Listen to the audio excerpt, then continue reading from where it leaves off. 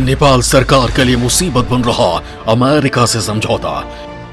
America के millennium challenge कार्यक्रम के तहत नेपाल को मिलने थे 50 करोड़ डॉलर। आपसी राजनीतिक विवाद पैदा कर रहा समझौता। समझौते को मंजूरी नहीं मिलने पर नाराज हुआ अमेरिका। नेपाल में एक सहायता कार्यक्रम ने भारी राजनीतिक विवाद पैदा कर दिया है, जिसके कारण नेपाल के शेर बहादुर देउबा की सरकार पर खतरा मंडरा रहा है। बात सहायता की हो और उसके बाद भी विरोध हो, यह है तो काफी आश्चर्यजनक, लेकिन यह बात सही है। अमेरिका की ओर पेश की गई ये मदद नेपाल सरकार के लिए मुसीबत बन गई है। दरअसल अमेरिका के मिलेनियम चैलेंज कार्यक्रम के तहत नेपाल को 50 करोड़ डॉलर मिलने हैं, लेकिन नेपाल सरकार के सहयोगी दल और विपक्षी पार्टियां समझौते के स्वरूप के खिलाफ हैं।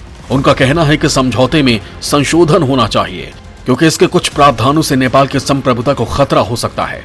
अमेरिका और नेपाल के समझौते को संसद का समर्थन जरूरी है, लेकिन राजनीतिक दलों और आम जनता के विरोध के चलते इसका भविष्य अधर में लटका हुआ है। इस पूरे मामले को जानने से पहले आइए हम आपको बताते हैं कि आखिर ये मिलेनियम चैलेंज कार्यक्रम है क्या है नेपाल अमेरिका समझौता।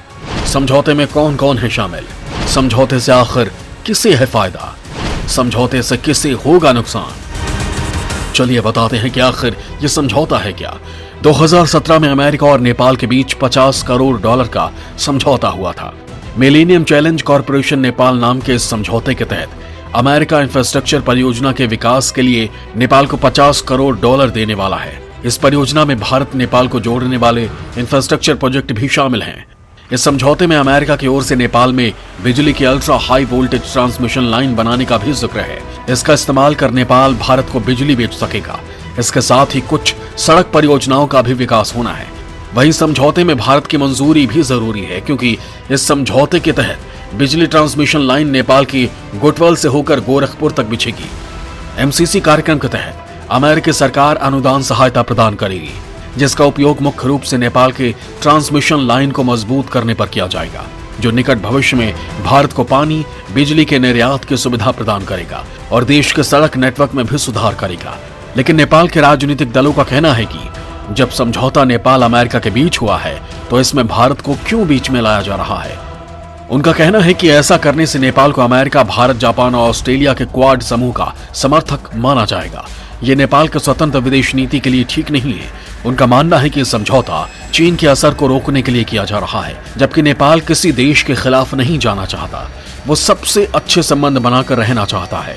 इसके साथ ही नेपाल कम्युनिस्ट पार्टी, एकीकृत समाजवादी पार्टी समझौते के स्वरूप को संसद से मंजूरी दिलाने के खिलाफ है। उनका कहना है कि समझौते में कई ऐसे प्रावधान हैं जो राष्ट्रीय हित के खिलाफ हैं। इस समझौते को लेकर कुछ दुष्प्रचार भी देखने को मिल रहा है। कहा जा रहा है कि अमेरिका इस मदद के बहाने नेपाल में अपने सैन्य अड्डे बना सकता है। ये चीन को रोकने की उसकी रणनीति है। इससे नेपाल की संप्रभुता को चोट पहुंचेगी। यही वजह है कि नेपाली जनता इसका विरोध कर रही है। वहीं कुछ अमेरिकी अधिकारियों के बयानों से भी इस समझौते को लेकर भ्रम फैला है। इन अधिकारियों के बयानों के मुताबिक यह समझौता अमेरिका की इंडो पैसिफिक रणनीति के मुफीद है। हालांकि बाद में इन्होंने इससे इनकार किया है। समझौते को लेकर हो रहा विरोध, अमेरिका में खड़ा हुआ संकट, नेपाल को समझौता लागू करने की दी डेडलाइन, नेपाल के पीएम शेर बहादुर देउबा के सामने खड़ी हुई मुसीबत। कुछ मीडिया रिपोर्ट्स के मुताबिक अमेरिका ने समझौता लागू कराने के लिए नेपाल को फरवरी की डेडलाइन दी है, लेकिन ये सच नहीं है। दरअसल नेपाल के पीएम शेर बहादुर देउबा और गठबंधन के नेता पुष्प कमल दहल प्रचंड ने पिछले साल सितंबर में अमेरिकी अधिकारियों को चिट्ठी लिखकर कहा था कि वो 4-5 महीने में इस समझौते को संसद का समर्थन दिला देंगे, लेकिन अब तक इसे मंजूरी न मिलने से अमेरिका नाराज है। अमेरिका ने कहा है कि नेपाली नेताओं ने जो वादा किया था उसे पूरा करे, वरना हम ये सहायता वापस ले लेंगे। समझौते के विरोध को देखते हुए अमेरिका ने इसे रद्द करने की चेतावनी दी है। उसका कहना है कि अब वो और इंतजार नहीं कर सकता। फरवरी तक समझौते को मंजूरी नहीं मिली तो वो 50 करोड़ डॉलर की इस सहायता को वापस ले लेगा।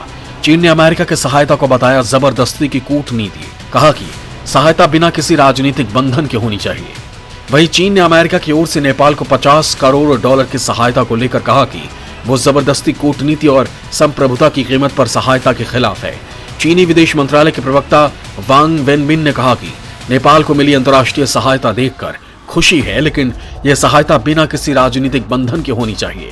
उन्होंने सीधे अमेरिका का नाम लिए बिना कहा इस तरह का सहयोग और सहायता बिना किसी राजनीतिक बंधन के नेपाली लोगों के पूर्ण सम्मान और इच्छा पर आधारित होनी चाहिए। उन्होंने कहा, हम जबरदस्ती की कूटनीति और दूसरे देशों की संप्रभुता की कीमत पर स्वार्थी हितों पर आधारित एजेंडे का विरोध करते हैं। यहाँ हम आपको बता दें कि पिछले हफ्ते अमेरिका ने नेपाल से कहा था कि वो एमसीसी के तहत अमेरिका से प्रस्ताव अनुदान सहायता के 28 फरवरी तक पुष्टि करे। अगर वो स्वीकार नहीं करता है तो वॉशिंगटन हिमालयी राष्ट्र के साथ अपने संबंधों की समीक्षा करेगा और इसके विफल होने की दशा में चीन के हित को जिम्मेदार मानेगा। नेपाल में इसको लेकर राजनीतिक ध्रुवीकरण देखा जा रहा है कि अमेरिकी बुनियाद ढांचा अनुदान को स्वीकार किया जाना चाहिए या नहीं। चीन बनाम अमेरिका का जंग फंसता नजर आ रहा नेपाल। नेता पुष्पम कमल दहल प्रचंड की सरकार से अलग होने की दी चेतावनी। प्रधानमंत्री देवबा पहुंचे केपी ओली के शरण में। अमेरिका के मिलेनियम चैलेंज कॉरपोरेशन से खड़े हुए विवाद के बीच चीन बनाम अमेरिका के जंग से नेपाल सियासी भंवर में फंसता नजर आ रहा है। नेपाल में सत्तारूढ़ गठबंधन में शामिल सीपीएन माओवादी के नेता पुष्प कमल दहल प्रचंड के सरकार से अलग होने की चेतावनी के बाद अब प्रधानमंत्री शेर बहादुर देवबा पूर्व प्रधानमंत्री केपी शर्मा ओली के शरण में पहुंच गए। प्रचंड की चेतावनी के बाद देवबा सरकार ने एमसीसी को संसद में पेश करने के फैसले को टाल दिया है।